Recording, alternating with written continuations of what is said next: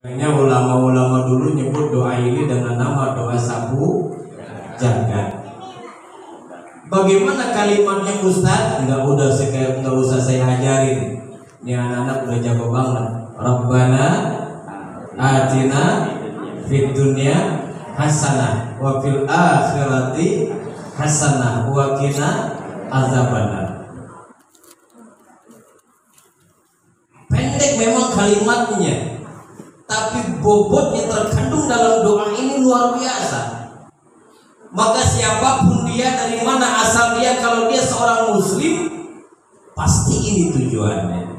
Bahagia dalam kehidupan dunia, terlebih nanti ingin bahagia dalam kehidupan akhirat. Dan untuk mendapatkan itu tidak semudah membalikkan telapak tangan, tidak semudah didapatkan oleh orang yang unjang-unjang kaki, ngitung hayalan, tapi ada bukti kesungguhan dalam mencapainya. Makanya bapak-bapak, ibu-ibu, orang tuanya semangat nitipin anak ke pondok pesantren. Kenapa? Karena baginda Nabi yang menerangkan dalam hadisnya, man arada dunya fa'alaihi bil ilmi wa man arada al-akhirah fa'alaihi bil ilmi wa man arada huma fa'alaihi bil ilmi.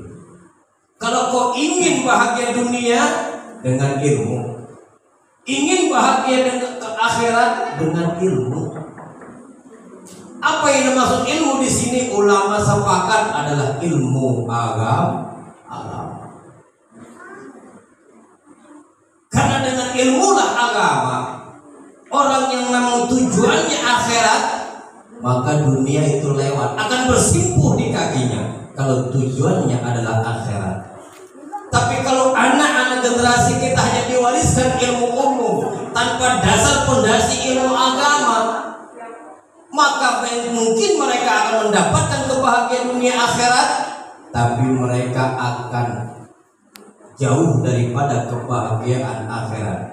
Kebahagiaan dunia didapatkan dengan ilmu umum, tapi kebahagiaan akhirat akan ditinggalkannya. Kenapa? Karena memang bukan makomnya. Makanya kalimatnya Rabbana atina fid dunya dulu, baru kemudian akhirat. Kenapa? Karena dunia ini memang tujuan, cuman tujuan jangka pendek. Tujuan jangka pendek. Kita kerja cari duit, tujuan kerja cari uang. Jangka pendek dapat gajian, lewat doang habis. Apalagi yang punya bini pintar nyari duit mah, diselipin di peci ketemu, diselipin di bawah kasur ketemu, itu namanya istri pintar nyari duit. Iya juga ya. Hebat tuh pintar nyari duit. Sekedar tujuan jangka pendek ya dunia ini, tapi tujuan jangka panjang yang memang nanti kita humpihal khalidun di akhirat nanti, maka itu persiapannya sangat luar biasa. Bukan hanya mementingkan kenikmatan dunia, tapi juga kita harus mempersiapkan sesuatu yang lebih hebat, yaitu kebahagiaan di akhirat nanti, insya alhamdulillah. Maka generasi yang ada di pondok pesantren, yang mereka memang siang dan malam menuntut ilmu, kadang mereka kurang makan, kadang mereka kurang istirahat. Anak-anak lain seumuran mereka megang HP, megang game, nongkrong di warnet, tapi mereka memegang Al-Quran. Mereka tunduk sedang mutolaah kitab, mereka mulutnya kumat kamit menghafalkan dan melafadzkan ayat suci Al-Quran. Ini perjuangan luar biasa. Saya punya anak di Tasik, sedang pesantren, kurang lebih baru 4 tahun, anak pertama. Udah umur mau SMA kelas 3 lah kalau sekolah. Jadi setiap hampir pekan laporannya ngeluh ini. Nah, kita orang tua kalau kalah hujah dengan anak, tuh anak kadang-kadang bisa kabur dari pesantren, betul. Tapi karena kita pengalaman, saya bilang, nak, kamu sakit, Abi dulu lebih sakit dari kamu. Kamu gatal-gatal di kelangkangan, Abi seluruh badan bentol-bentol. kamu diimpus 1 botol Abima 1 galon. Anak mau bagaimana berhujahnya kalah sama kita. Begitulah orang tua memberikan support, memberikan bukti bahwa lulusnya seorang kiai, lulusnya seorang anak menjadi seorang ulama kiai mesti susah dulu, sakit dulu, gatal-gatal dulu, mencet hampir tiap minggu, kan begitu. Emang begitu perjuangan seorang yang menjadi orang ulama, bukan enak-enak. Baju sudah di laundry, seminggu sekali berenang. Itu bukan pesantren, itu mah kos namanya. Pesantren itu harus benar-benar puasanya dilatih, bangun malamnya dilatih, tadarusnya dilatih. Maka anak-anak seperti itulah yang nanti dia akan menghantarkan dirinya dan menghantarkan kedua orang tuanya. Rabbana atina fid dunya hasanah wa fil akhirati hasanah wa qina adzabannar. Tuh. Maka untuk mendapatkan dunia, untuk mendapatkan akhirat tidak lain dan tidak bukan mesti dengan ilmu agama. Maka saya bangga kalau kawan-kawan itu sudah merintis pendidikan agama. Saya sering juga sharing dengan kawan-kawan yang mendapatkan wakaf-wakaf daerah terpencil. Di Lombok, di Palu, di Bengkulu umpama, di Kalimantan Barat perbatasan Malaysia. Kita sampaikan ke sana. Istiqomah, kalau kau mengurus umat, nanti Allah yang akan mengurus kamu. Insya Allah. Pengalaman, tantangan, rintangan, hujatan. Saya pernah merintis pondok pesantren di daerah Lampung sekitar tahun 98, belum ada listrik. Listrik belum ada, dukun banyak. Ada pesantren itu yang namanya teluh tuh yang bola api itu 9 sore udah ada itu Pak. Bubar santri, ada bola terbang. Lagi yasinan santri ini Pak. Yasinan santri malam Jumat kesurupan 5 orang. Rata-rata perempuan, hati perempuan. Julik teman banget perempuan. Lagi yasinan Pak, kesurupan itu. Kita masih tuh masih bilik. Wah, ngomongnya macam-macam tuh. Pokoknya saya harus minum darah santri, kata jinnya. Karena di situ di belakang masjidnya ada semacam jurang. Waktu itu belum masuk listrik. Itu ada sebuah jurang yang katakanlah hutan mini. Disitulah kerajaan jinnya. Jadi si dukun-dukun di situ itu kalau ada pasien ngambil dari situ jinnya. Begitu ada pesantren, mereka panas, gerah. Santri sampai dihantam hampir tiap malam. Lagi yasinan juga dihantam. Masya Allah. Sampai ada santri Pak yang bisa berjalan di atas bilik, percis seperti cicak. Nempel itu santri Pak. Kesurupan itu. Waktu jinnya kalau saya belum minum darah santri, saya akan pergi dari pesantren ini. Nantangnya begitu Pak. Untung aja Ustadz udah punya izin. Wah, kalau Ustadz yang umpama tidak dibekali dengan amal-amal dari para guru, jebol itu Ustadznya. Karena mereka di sana tuh kadang-kadang ada leak gitu. Waduh, Masya Allah, sore-sore udah perang. Makanya santri-santri itu nggak cukup juga Pak, cuma dia hafal Quran, yang kemudian dia juga mengkaji kitab para ulama, dia juga harus dibekali amalan-amalan para aulia, amalan-amalan para ulama. Karena terkadang orang-orang yang benci kepada agama, yang benci kepada orang alim yang menyebarkan agama, mereka nggak berani secara zahiriah, mereka berani secara malamiah. Malamiah, malam-malam maksudnya. Kan begitu Pak. Itu. Maka jangan sampai terdengar lucu. Pengasuh pondok pesantren mati keteluh. Wah, bubar santri. Kenapa? Gurunya mati keteluh. Tuh. Tapi kiainya, ulamanya harus mampu menghadapi dengan seiring zaman. Karena mereka pun berkembang dengan seiring zaman. Maka jangan sampai kalah. Karena begitulah perjuangan dalam agama, lahir dan batin sudah diwakafkan untuk agama. Tuh. Maka seseorang yang dia ingin menjadikan dirinya mendapatkan kebahagiaan di dunia wal akhirah, kun aliman au muta'aliman au mustami'an au muhibban wala takun khamisan fatahlik. Jadilah kamu seorang alim. Jadi kiai alhamdulillah, jadi ustaz alhamdulillah, jadi abuya alhamdulillah, jadi buaya. Jangan dulu ya. Silakan kun aliman, kau jadi orang alim, silakan, bagus. Aduh Pak Ustaz, Pak Kiai, kenapa? Saya emang gak pernah mondok pesantren. Artinya gak mungkin saya jadi orang alim. Oke, au muta'aliman, jadilah kau orang yang menuntut ilmu, yang sedang berjalan untuk jadi orang alim. Datangin kiai belajar ilmu agama, datangin pondok-pondok pesantren, majelis-majelis ilmu, datangin mu'aliman, kau jadi orang yang belajar ilmu agama, insya Allah kau akan jadi alim, insya Allah. Aduh Pak Kiai, ya saya sudah tidak ada waktu untuk mendatangi majelis-majelis ilmu, saya nggak ada waktu untuk mendatangi pondok-pondok pesantren. Rumah Kiai jauh dari rumah saya, pondok pesantren jauh dari tempat tinggal saya. Terus kalau begitu bagaimana Kiai? Kata Nabi, au mustami'an, maka jadilah kau pendengar yang baik, mendengarkan ilmu agama. Sekarang zaman canggih, dulu makan zaman radio, resep-resep, putar-putar, masih ngeresep juga, dibanting bersih suaranya. Rusak maksudnya. Sekarang kan zaman canggih, di YouTube Bapak pengen apa ada.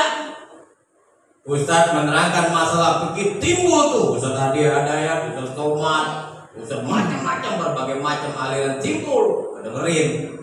Atau umpama di Google umpama pengen masalah keterangan Idul Adha, timbul semua. Apa yang gak ada di zaman sekarang. Tapi hal mustami'an tidak akan berefek apabila dia tidak ada mendatangi ulama yang bisa menjelaskan itu secara talaqi muwajahah, langsung bertemu. Apa? Keberkahannya kurang. Gitu. Oke, saya emang gak punya paket. Pondok pesantren juga toaknya jauh. Kalau ngaji nggak nyampe ke kuping saya. Ya kata Nabi yang keempat, au muhibban, jadi pencinta orang penuntut ilmu, seneng sama orang ngaji, nggak benci sama orang ngaji. Nah, aliman au muta'aliman au mustami'an, itu semua diikat oleh lafaz muhibban. Maka orang alim kalau dia tidak punya rasa muhibban, maka kealimannya sia-sia terhadap agama. Orang muta'aliman tidak ada muhibban, maka dia akan benci kepada ilmu agama. Mustami'an tidak ada muhibban, maka dia akan menutup kupingnya dari belajar ilmu agama. Tapi jangan jadi yang kelima. Apa itu? Orang alim bukan, santri kagak, ngaji kagak, mau dengerin nggak mau, mau cuman suka aja sama orang ngaji, nggak mau, hatinya keras. Dia jadi yang kelima. Apa itu? Pembenci ilmu agama, pembenci para ulama. Fatahlik, kata Nabi, maka orang seperti itu akan mengalami kehancuran. Naudzubillah min. Ini lagi rame nih Pak.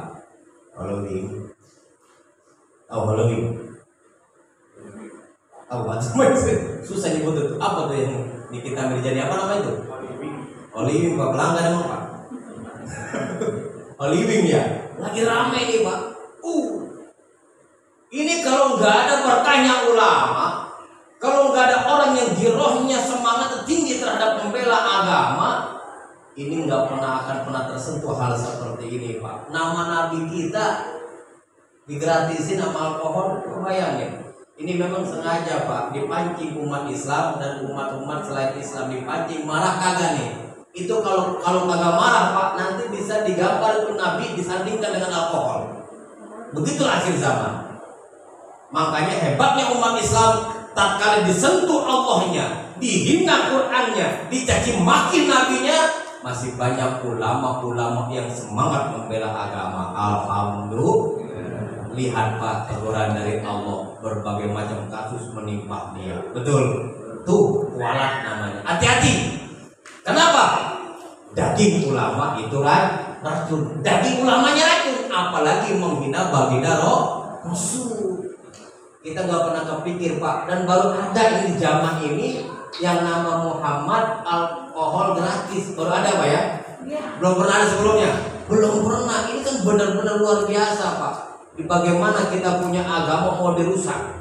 Makanya alhamdulillahnya dipancing seperti itu, umat Islam nggak diem, tetapi langsung reaksi, dan alhamdulillah semuanya di tiap daerah ditutup itu barbar dan kedar-kedar. Kenapa? Karena memang itu misinya hanya menguntungkan kepada sebagian orang, tapi tidak memberikan manfaat kepada sekitarnya, malah memberikan kerusakan. Kenapa? Contohnya ada kerusuhan, tersinggungnya umat Islam dan umat non-Islam yaitu Kristiani, karena Bunda Maria juga digratisin alkohol. Tuh, maka kalau tanpa ada dasar agama generasi nanti ke depan, maka hal seperti itu mereka tidak akan merasa tersinggung. Maka itu adalah kiamat sugro menimpa agama ini. Tapi karena nanti mereka dibekalin agama, mereka punya sensitivitas kepada agama, mereka menjaga kemuliaan agama, mereka menjaga kemuliaan Al-Quran, mereka menjaga kemuliaan baginda Rasul, mereka menjaga kemuliaan para ulama, mereka menjaga kemuliaan Islam, maka generasi akan datang setelah masa kita, mereka lah di pundaknya agama Islam, insya Alhamdulillah. Maka sebelum sini saya tutup, Bapak Ibu yang punya anak, yang memang ada saudara, tapi jangan juga apa nih, kadang-kadang pondok pesantren jadi buangan anak. Naudzubillah min, punya anak 4, yang 3 pinter, yang 1 error. Yang error di pesantren. Innalillahi wa inna ilaihi raji'un. Yang pinter nih ditaruh di sekolah bagus. Wah, yang ini taruh sekolah Bunafid, yang ini taruh sekolah mahal. Yang error Pak, yang ingusan kalau ingus yang penyeberang dititipin ke pesantren. Innalillah. Harusnya apa? Yang dititipkan pesantren adalah anak yang paling pintar. Kenapa? Karena dia diamanatkan agama, diamanatkan pelajaran yang paling mulia.